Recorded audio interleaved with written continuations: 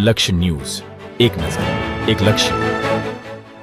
Chotila highway પર સરકારી જમીન પર થયેલા દબાણ દૂર કરવામાં આવ્યા છે. આજરોજ નાયબ કલેક્ટર ચોટીલા એચ.ટી. મકવાણા તેમજ મામલતદાર થાનગઢની સંયુક્ત ટીમ દ્વારા ચોટીલા જામવાડી રોડ પર ચોટીલાથી આશરે 12 કિલોમીટરના અંતરે આવેલા એક માલધારી tea stall hotel, Avaliya Thakar hotel, પંચરની કેબિન તેમજ એક ઓરડી અને પાણીના બોર અવલિયા વે બ્રિજનું સરકારી સર્વે નંબર 78 વાળી જમીનમાં અનધિકૃત રીતે બંધાયેલા કરેલ હોવાથી આ બાંધકામ દૂર કરવામાં આવ્યું હતું. હોટેલ માલિક મફાભાઈ જગાભાઈ અલગોત્રા, રહેવાસી જામવાડી, તાલુકો થાનગઢવાડાને તારીખ 7/5/2025ના રોજ ગુજરાત પબ્લિક પ્રિમાઇસીસ અધિનિયમ 1972 હેઠળ અનધિકૃત કબજે કરાયેલા ખાલી કરવા અંગેની નોટિસ આપી હતી.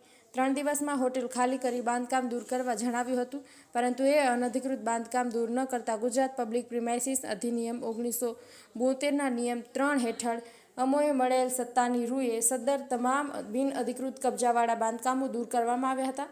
સદર સ્થળનો ફક્ત ઉપયોગ 10 થી 15 અસામાજિક તત્વો દ્વારા રેકી કરી ધ્યાન રાખી ગેરકાયદેસર ખનીજ ચોરી કરતા ઈસમોને મેસેજ મોકલવાનું કામ કરતા હતા.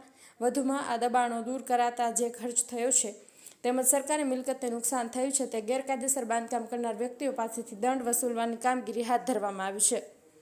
બ્રિજેશ ત્રિવેદી, સુરેન્દ્રનગર.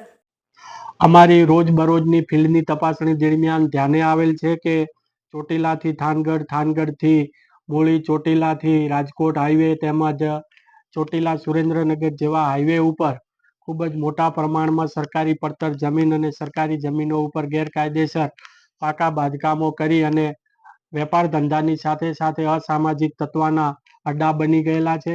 તેમજ અધિકારીઓની પળે પળની માહિતીઓ આ અડ્ડા ઉપર બેસી અને વોટ્સએપ ગ્રુપોમાં પૂરી પાડવામાં આવે છે, એ પણ ધ્યાને આવેલ છે. જે બાબતને ધ્યાનમાં રાખી અને ગુજરાત પબ્લિક પ્રિમાઇસીસ અનધિકૃત કબજાઓ ખાલી કરવા બાબતના અધિનિયમ 1972 મુજબ જે જામવાડી વિસ્તારની અંદર થાનગઢના જે મફાભાઈ જગાભાઈ અલગોતર, રણુદાના અલગોતર અને વિજય રણુ અલગોતર તમામ રહે જામવાડી થાનગઢ નાઓએ જે અવલિયા ચોકડી ખાતે પાકા બાંધકામો જેમ કે માલધારી હોટલ, ટી સ્ટોલ, પંચરનું કેબિન, પાણીના બોર, અવલિયા વેબ્રિજ, દુકાનો જેવા પાકા ગેરકાયદેસર બાંધકામો કરી સરકારી જમીન ઉપર ખૂબ જ મોટા પ્રમાણમાં વેપાર ધંધાની સાથે સાથે અડ્ડા ચલાવીને અધિકારીઓની રજેરજની માહિતીઓ પૂરી પાડતા હતા. આ તમામે તમામ ગેરકાયદેસર બાંધકામોને અમારી નાયબ કલેક્ટર પ્રાંત ચોટીલાની ટીમ અને મામલતદાર થાનગઢની સંયુક્ત ટીમ દ્વારા આજે તોડી પાડવામાં આવેલ છે.